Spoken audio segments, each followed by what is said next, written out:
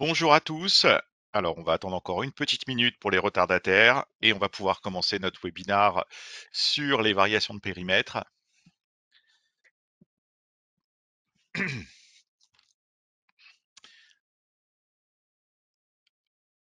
Très bien. Il est 11h30. Je vous propose de démarrer donc sur ce webinar un petit peu technique, hein. Donc, on va essayer d'essayer de vous expliquer le plus simplement possible comment gérer les variations de périmètre donc dans une consolidation. Donc, vous me connaissez, donc Roméo André, donc voilà, je suis un de vos interlocuteurs chez Amelkis, et c'est moi qui fais une partie des webinars, donc vous avez l'habitude, si vous assistez à des webinars, de m'entendre. Donc aujourd'hui, on va essayer de vous donner quelques clés sur les variations de périmètre, hein. Donc c'est un sujet complexe, c'est un sujet qui est très dense, donc une demi-heure est loin, loin, loin d'être suffisant, mais l'idée, c'est de vous donner les bons réflexes sur cette partie qui est quand même la partie la plus complexe de la consolidation, hein. Bon, après mon expérience, hein, je peux vous dire que c'est vrai que faire une consolidation quand on a un bon outil, quand on en fait plusieurs, la conso en tant que telle peut être considéré comme quelque chose de plus simple, mais c'est vrai que dès qu'il y a des variations de périmètre, c'est là que la technicité devient un peu plus dure en particulier. Donc c'est pour ça qu'on fait ce petit webinar pour vous donner les clés pour bien réagir quand il y a des variations de périmètre. Alors, au niveau de la variation de périmètre, eh bien, c'est vrai qu'il y a un certain nombre de variations de périmètre qu'on peut identifier tout au long de la vie d'un groupe. Donc, on va avoir des entrées, bien sûr, on va avoir des sorties.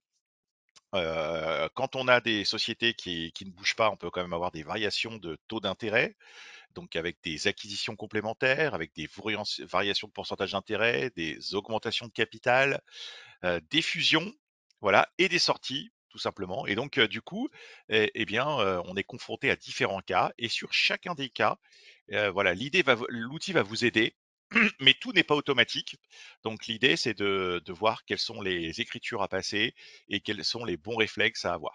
Donc, le premier réflexe, en tout cas, que je vais vous donner, et qui paraît un petit peu logique, mais qui est toujours bon à rappeler, c'est que quand on a des variations de périmètre, attention, vous allez avoir plus de temps à passer et plus d'informations à collecter. Donc, du coup, gardez à l'idée qu'il faut anticiper ces points au maximum et garder du temps pour les traiter parce que votre consolidation donc prendra plus de temps à traiter. Alors, comme je vous ai dit, hein, il y a plusieurs cas de variation de périmètre, hein. Donc on peut avoir des changements de mère. Ça, c'est un cas qui est un cas assez complexe et qui arrive assez souvent quand on a des changements de holding. On peut avoir des acquisitions complémentaires de titres qui vont créer une revalorisation du pourcentage d'intérêt. On peut avoir des augmentations de capital. Donc là aussi, on peut avoir des augmentations de capital symétriques avec les actionnaires hors groupe. Donc là, du coup, c'est assez simple. Mais si on a des augmentations de capital qui ne sont pas symétriques, eh bien, on se retrouve à être dilué ou être relué. Et donc, on se retrouve, si on est relué dans un cas d'acquisition complémentaire, et quand on est dilué, on se retrouve un peu comme s'il y avait une sortie de périmètre. Voilà, on peut avoir des fusions, ça arrive très souvent. Donc, on les distingue entre fusion en cours d'exercice et fusion à l'ouverture. On peut avoir des changements de méthode de consolidation. Ça, c'est un cas qui est compliqué où le plus souvent l'outil ne le gère pas bien. Donc il faut traiter ça différemment. En tout cas, on peut pas utiliser les fonctions natives du logiciel parce que c'est souvent compliqué. Voilà. Et ensuite, on a des sorties. Donc on a des sorties à l'ouverture, on a des sorties en cours d'exercice. Et là, quand on parle de sortie, on s'en fiche un petit peu si la société a été vendue ou si la société, elle a été déconsolidée en tant que telle. Voilà. Et on peut avoir, bien sûr, ça arrive très souvent, des acquisitions complémentaires de nouvelles sociétés dans le périmètre.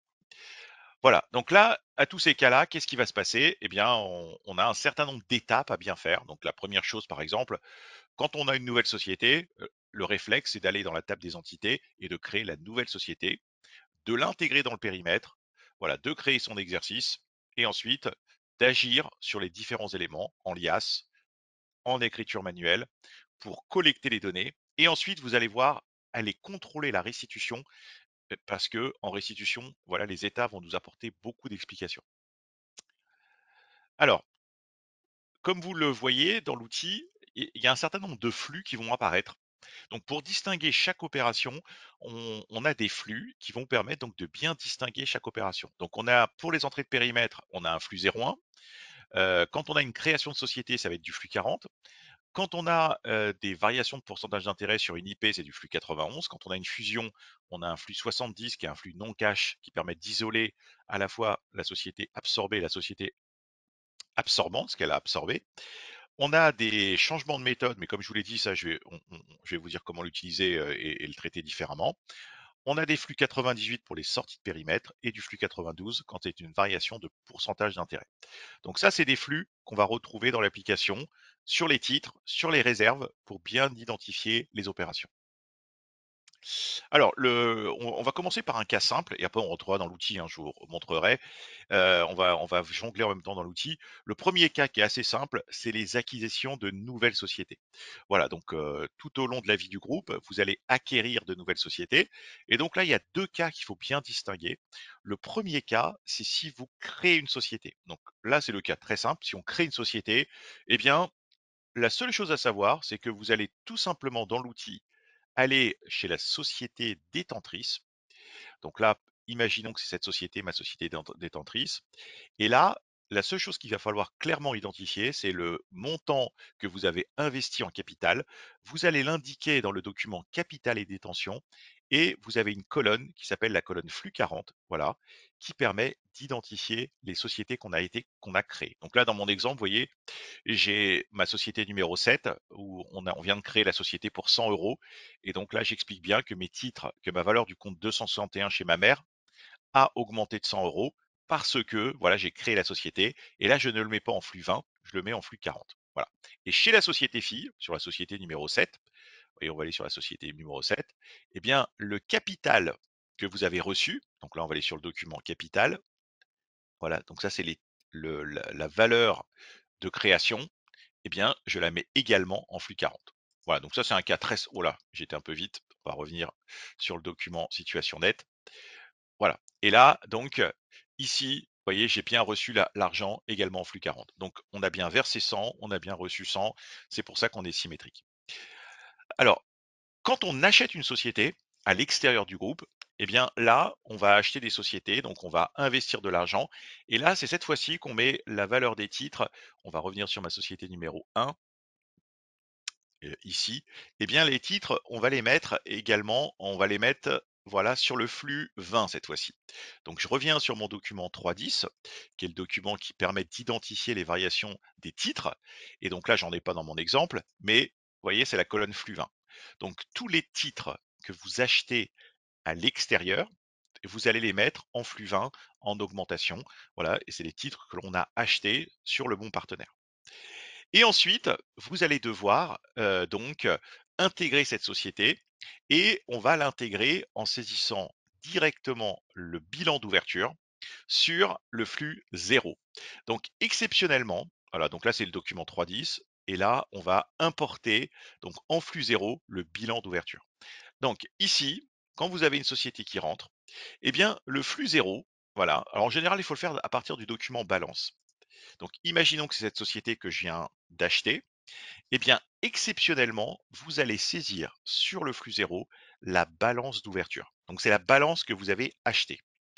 Et donc, vous allez saisir l'actif et vous allez saisir le passif. Vous ne saisissez pas le résultat. Parce qu'en flux 0, eh bien, la balance à la date d'acquisition et donc le résultat antérieur, si vous l'achetez en cours d'année, ne vous appartient pas. Donc, manuellement, vous l'affectez en réserve. Voilà, pour que votre balance soit équilibrée. Donc, vous saisissez ça en flux 0. Voilà. Et grâce à ça, ensuite, vous importez votre balance de clôture. Mais attention, vous ne devez importer la balance de clôture que les variations et que le solde pour le résultat entre la date d'acquisition et la date de clôture. Donc, c'est-à-dire, c'est à vous manuellement ou via votre logiciel de segmenter la cote-part du résultat qui vous appartient. Une fois qu'on a saisi l'ouverture, une fois qu'on a importé la clôture et qu'on a rempli l'intégralité des flux, donc dans ma société entrante, ensuite, vous allez devoir faire deux choses. La première, c'est que vous allez devoir aller dans les documents qui permettent donc d'expliquer sur le flux 0 les écarts de première consolidation. Donc si vous avez par exemple des décalages temporaires à l'ouverture, si vous avez des crédits baux ou vous avez d'autres écarts de première consolidation, eh bien, vous pouvez soit les passer en écriture manuelle, soit dans les documents. Là aussi, vous allez impacter l'ouverture de des objets, des retraitements, des éliminations que vous avez à l'ouverture. Une fois que vous avez fait tout ça, et qu'en écriture manuelle, eh bien, vous avez fait la même chose. En écriture manuelle, sur la société que vous venez d'acquérir, vous allez passer vos écarts de première consolidation en 3 RET 00. Vous voyez, il y a une nature spéciale pour les écarts de première conso en 3 RET 00. Voilà, voilà, par exemple, c'est une réévaluation immobilière qu'on aurait passé. Eh bien, une fois qu'on a fait ça, eh bien, vous allez pouvoir exécuter la consolidation. Donc, même si on n'a pas terminé de remplir son dossier, vous allez lancer une consolidation avec la société que vous avez acquis, avec la mère que vous avez acquis et les écritures de première conso. Et là, vous allez pouvoir vérifier et constater le déséquilibre du flux d'entrée de périmètre. Donc, vous lancez ici les capitaux propres de la société que vous venez d'acquérir. Donc là, vous sélectionnez la société ici que vous venez d'acquérir. Et là, vous lancez les tableaux de capitaux propres. Et grâce à cet état, vous allez constater déjà, voilà, sur la colonne, vous voyez ici flux 0,1, eh bien, vous allez constater ici la valeur de la société que vous avez acquis. Vous allez constater les différentes écritures que vous avez mis à l'ouverture. Vous allez constater la valeur des prix d'achat de votre société. Et donc, le déséquilibre entre la quote-part de la société achetée, les écarts de première conso et les titres va vous donner un déséquilibre sur cette colonne-là. Et donc, c'est la valeur de votre écart d'acquisition que vous allez devoir passer. Et donc là, pour finir l'opération de variation de périmètre, vous allez devoir passer une écriture en 3 RET 05, voilà, pour constater l'écart d'acquisition qui va faire tomber votre flux 0,1 à 0. Donc là, on passe une écriture en flux 0,1 chez la mère, entre le A209 et le P107R. Donc on ne le passe pas chez la mère, on le passe chez la détentrice, pardon. Et on n'oublie pas sur la petite boule d'indiquer la société que l'on vient d'acheter. Voilà, donc on constate l'écart d'acquisition résiduel qui va faire tomber les réserves à zéro. Une fois que vous avez passé votre écart d'acquisition et que vous avez constaté correctement le bon partenaire, vous réexécutez la conso et là vous relancez l'état que je vous ai montré. Et si tout est bien fait, vous verrez que le flux 0,1 va tomber à zéro. Et donc là, vous voyez que votre opération de capital, votre opération d'acquisition est bien passée et on a bien passé toutes les étapes, en tout cas techniquement. Voilà, donc ça c'est comment on traite une une acquisition. Voilà, donc là, on vous explique le schéma d'écriture pour l'écart d'acquisition. N'oubliez pas de bien le mettre en 3 RET 05. Donc, ça, c'est une erreur que beaucoup de clients font. On passe l'écart d'acquisition en 3 RET 05. Et l'objectif, c'est de passer vraiment l'écart d'acquisition résiduel. C'est-à-dire, on ne passe pas autre chose. Du A209 flux 0,1 au P107R flux 0,1. Voilà, les amortissements se font sur une autre nature et surtout les d'autres écritures de réévaluation, on les passe en 3 RET 00 en général. Cette fois-ci chez la fille, voilà, mais on ne mélange pas avec l'écart d'acquisition qu'on passe chez la mère en 3 RET 05. Voilà, on exécute sa conso et comme je vous ai dit, voilà, si tout se passe bien, voilà, vous avez une colonne flux 0,1 qui doit être équilibrée.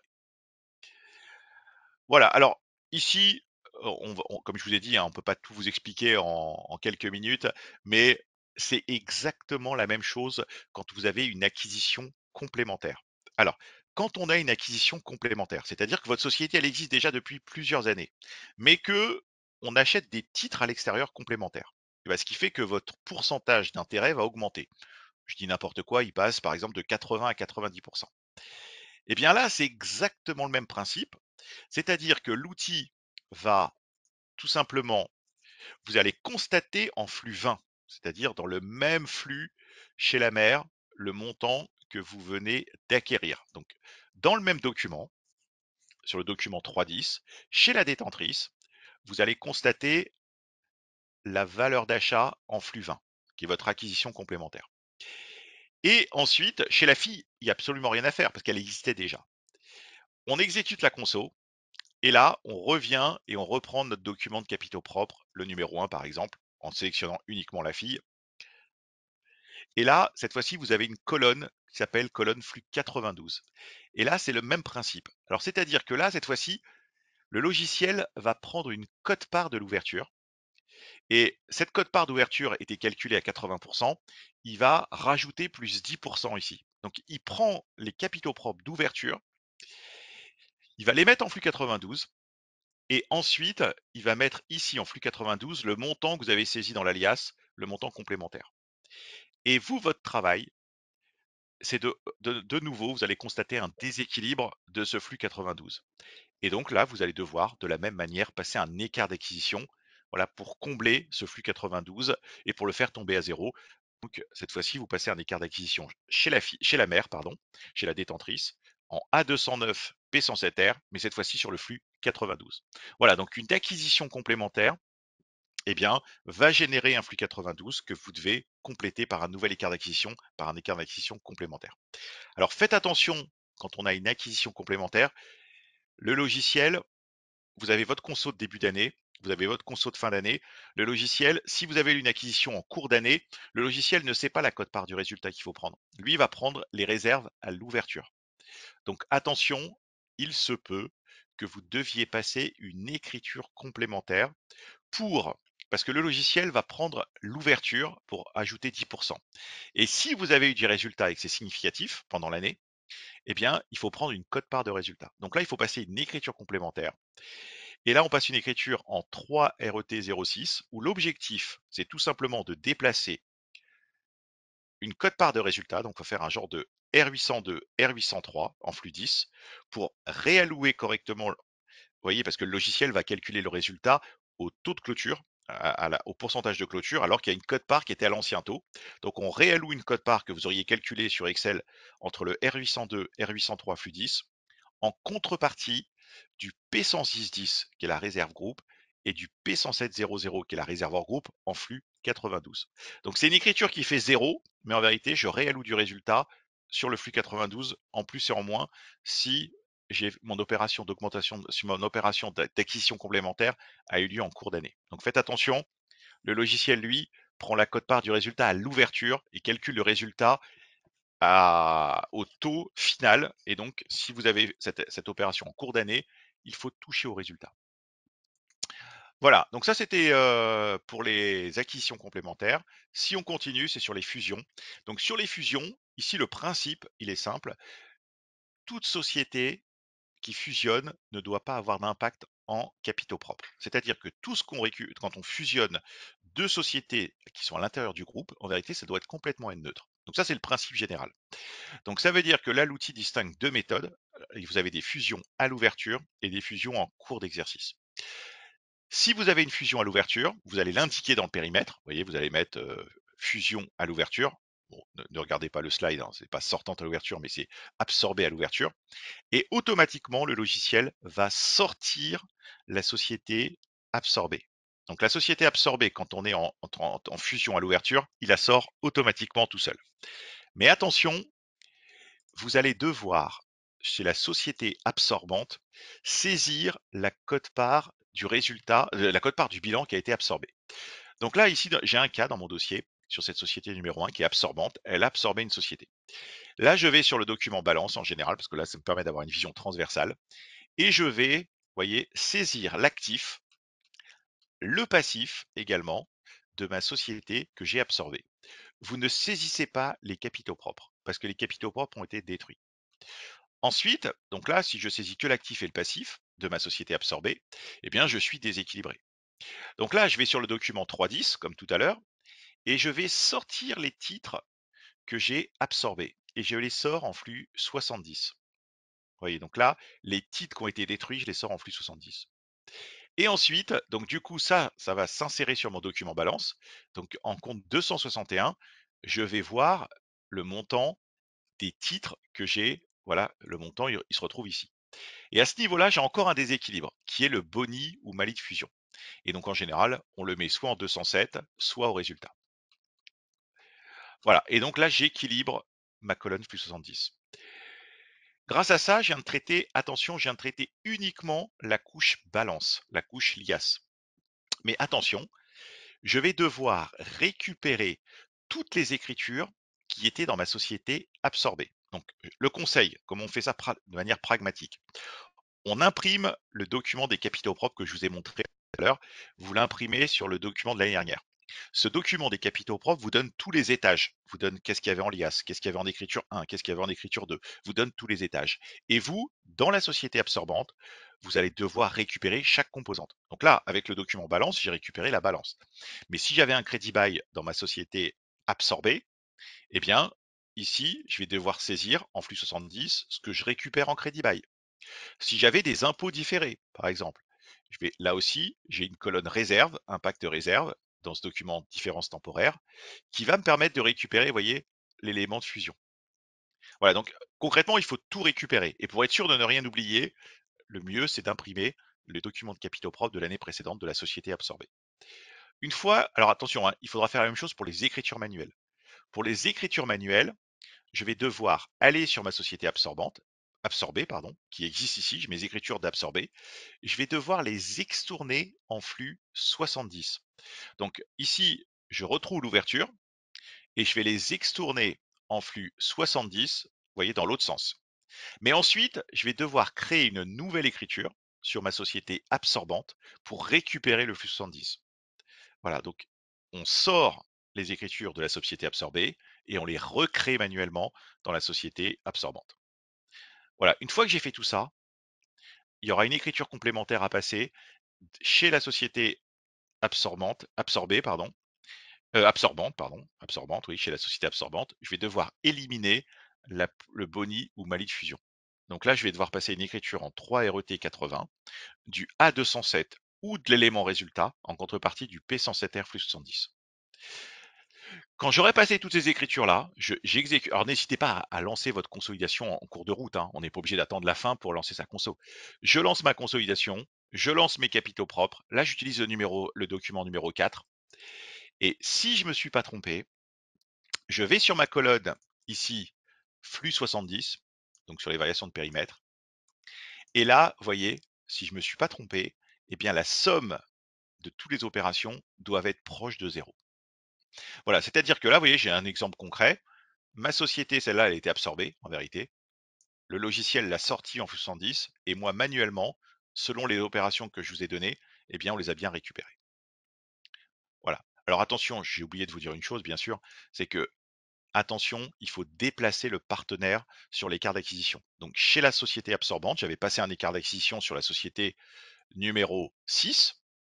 Et là, je vais devoir extourner le A209 en flux 70 avec mon ancien partenaire et tout de suite re-rentrer l'écart d'acquisition en faisant A209 flux 70 sur le nouveau partenaire. Voilà, donc tout ça pour noter qu'il y a un certain nombre d'opérations et qu'à la fin, on doit le contrôler en utilisant cet état. Voilà, donc ça c'est pour gérer les fusions. Voilà, il y a un certain nombre d'étapes, vous voyez, mais l'outil va vous guider. Voilà, il y a plusieurs étapes à faire. Il y a cette fameuse écriture de plus ou moins value de consolidation à ne pas oublier. Il y a les écarts d'acquisition à ne pas oublier, vous voyez, un peu comme je vous ai montré ici, à les déplacer. Voilà, et grâce à ça, vous gérez correctement votre fusion. Voilà, on va faire un dernier cas qui sont les sorties de périmètre, qui est un des cas que vous retrouvez souvent. Et donc là, les sorties de périmètre, c'est une société qui est déconsolidée. Voilà, soit parce qu'on l'a vendue, soit parce que elle s'arrête. Et donc là, encore une fois, on distingue deux cas dans le périmètre, les sortantes en cours d'exercice et les sortantes à l'ouverture. Donc ici, si c'est une sortante à l'ouverture, le logiciel va extourner la société sortante tout seul en flux 98. Et les écritures manuelles, vous n'avez absolument rien à faire. Il suffira de les jeter à la poubelle en les mettant sur un journal corbeille parce qu'elles ne seront plus utilisées. Il les sort tout seul. Alors attention, hein, on n'en a pas parlé, mais tout à l'heure, quand il y a une absorbée en cours d'exercice ou une sortie en cours d'exercice, eh bien ça veut dire que votre société elle a une durée de vie jusqu'à une certaine date. Et donc vous allez devoir saisir cette société comme une société normale en utilisant le flux 99 jusqu'à la date de sortie ou jusqu'à la date de fusion. C'est-à-dire qu'on importe une balance de manière complètement normale, mais la quote-part du résultat représente la quote-part jusqu'à la date de l'opération. Ensuite, le logiciel va déplacer cette société en flux 98. Et la seule chose à savoir, c'est que chez la mère, on va sortir les titres en flux 30. Donc là, en flux 30, vous allez sortir les titres. Et encore une fois, on va lancer la consolidation et on va découvrir un déséquilibre du flux 98. Et là, il va falloir passer une écriture chez la détentrice en P107R flux 98 en contrepartie du résultat. Et là, il y a une seule rubrique à utiliser, que ce soit en plus ou en moins. Là, l'objectif, c'est de passer ce qu'on appelle c'est pour neutraliser la plus ou moins value de déconsolidation. L'objectif, c'est de faire tomber les capitaux propres de cette société qui est sortie à zéro. On considère que vous avez déjà capitalisé un certain nombre de résultats. La société, comme on a vu, elle est rentrée à zéro parce qu'elle n'avait aucun impact sur les capitaux propres quand elle est rentrée. Mais quand on la sort, eh bien, elle doit aussi avoir aucun impact sur les capitaux propres. Donc, on passe une dernière écriture. Donc, si votre société elle a accumulé des pertes, on va passer un produit en 675. Si la société elle a accumulé des bénéfices, on va passer une perte. Et là, l'objectif, c'est encore une fois, quand tout est bien passé, mon flux 98, voilà, entre la société qui sort et la société mère, doit faire zéro. Voilà. Donc, une société sortante, voilà, elle sort automatiquement au niveau des capitaux propres. Les écritures sur la société sortante, on les met à la poubelle en les mettant sur un journal corbeille, un journal qui s'appelle non reportable. Chez la mère, chez la détentrice, on va sortir les écarts d'acquisition et les amortissements d'écarts d'acquisition en mettant un flux 98 du A209 vers le P107R et on n'oublie pas de sortir le partenaire de la même manière que la société de l'écriture en flux zéro. Ensuite, on lance la conso, on va constater un déséquilibre sur la colonne flux 98 et là, chez la détentrice, on passe une écriture pour faire tomber ce flux 98 par le résultat à zéro. Voilà, et là, j'aurais géré correctement ma variation de périmètre. Voilà, donc ce qu'il faut constater, alors la théorie, en tout cas en norme française, c'est que toute opération de périmètre, normalement, ne doit pas avoir d'impact résultat, d'impact réserve, pardon. Donc c'est-à-dire que voilà, quand on a une acquisition ou une acquisition complémentaire ou une variation de capital où on n'est pas symétrique, on doit passer des écritures d'écart d'acquisition, voilà, pour combler les capitaux propres. Quand il y a une sortie, c'est pareil, on doit passer une écriture de déconsolidation. Quand il y a une variation de pourcentage d'intérêt, eh bien, on doit, par exemple, passer aussi un écart d'acquisition complémentaire. Voilà. Et quand il y a une fusion, tout ce qui sort doit être récupéré dans l'autre société. Donc faites attention, on prend les états de capitaux propres pour être sûr de ne rien oublier. Voilà, donc ça c'est là. Après, faites attention, il faut être pragmatique. En fonction de la valeur des capitaux propres, voilà, on n'est pas à quelques euros, quelques centaines d'euros. C'est-à-dire que quand on achète quelques titres et que ça représente quelques milliers d'euros en fonction de la valeur de votre groupe, voilà, on ne passe pas toujours des écarts d'acquisition complémentaires. Voilà. Et quand il y a des petits écarts liés à des frottements de taux, des choses comme ça, voilà, on n'est pas puritain à l'extrême. On peut avoir quelques déséquilibres. Voilà. Mais la tendance, c'est de faire tomber les capitaux propres proches de zéro. Voilà. Donc, juste une petite chose, un petit aparté, et après, je vous laisserai poser quelques questions si vous voulez. Ici, faites attention également quand il y a quand il y a des changements de méthode. Heureusement, il n'y en a pas beaucoup dans tous nos groupes, mais ça arrive de temps en temps qu'une société passe de IGAME ou dans une autre méthode. Dans l'outil, il y a des fonctions qui permettent de le faire. Bon, déjà, elles fonctionnent pas toujours très bien. Voilà, on essaie de les perfectionner, mais c'est pas toujours le cas. Donc, attention, on gère ça en sortant la société et en la re-rentrant. Voilà, ça marche très bien. Donc, faites attention à la stratégie quand on a une société qui change de méthode en cours d'année. On va sortir la société en cours d'exercice en mettant son résultat jusqu'à la date de changement de méthode. Et ensuite, on crée une société bis, comme si elle venait de rentrer dans le périmètre. Et ça marche très bien. Et ça vous permet de gérer tous les cas complexes, voilà, sans avoir besoin de notre aide. Voilà, voilà. Donc, vaste sujet, les variations de périmètre. J'espère que ça vous a un petit peu éclairé. Je ne sais pas si vous avez quelques questions complémentaires. Donc là, je suis comme d'habitude aidé avec Mélanie. Vous avez un petit moteur à droite pour écrire des questions si vous voulez. J'essaierai d'y répondre.